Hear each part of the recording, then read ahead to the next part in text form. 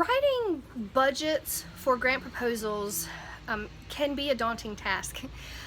One of the things I'm going to encourage you to do as you put together your budgets, whether it's for your organization as a whole or a specific program or project for grant funding, is make sure that you are being generally specific when possible on line items. This is an example of how and why. If you're writing a line item for postage, and let's say that you write $1,000 onto that line item, that is the only thing that you can use that $1,000 for. You can't use it for anything else at all.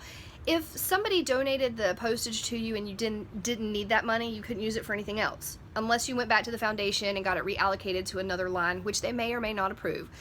Or if you only used half of it, or you decided you weren't going to do a mailing, that you were going to do something else, then you wouldn't be able to use those dollars.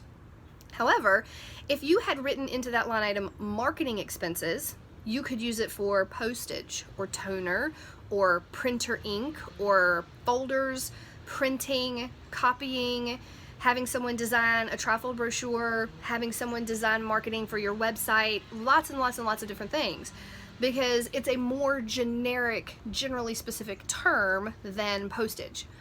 Another line item where this would come into play is, let's say that you feel like you need to have all of your after-school staff trained in first aid, CPR, bloodborne pathogens, and defensive driving, right? So you're going to write in a line item that says staff training for CPR, first aid, all those things.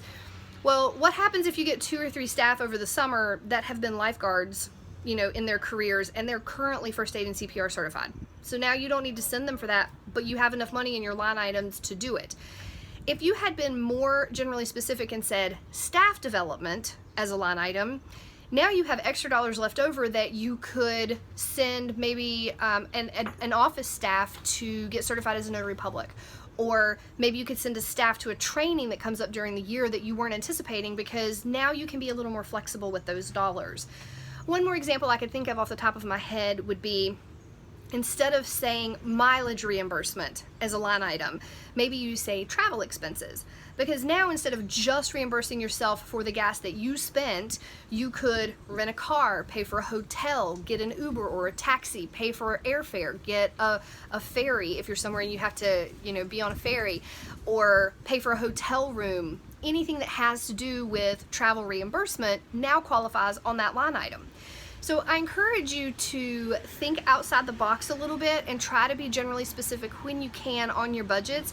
It gives you more flexibility when you do get grant funding to be able to do the things that you need and want to do within your programs.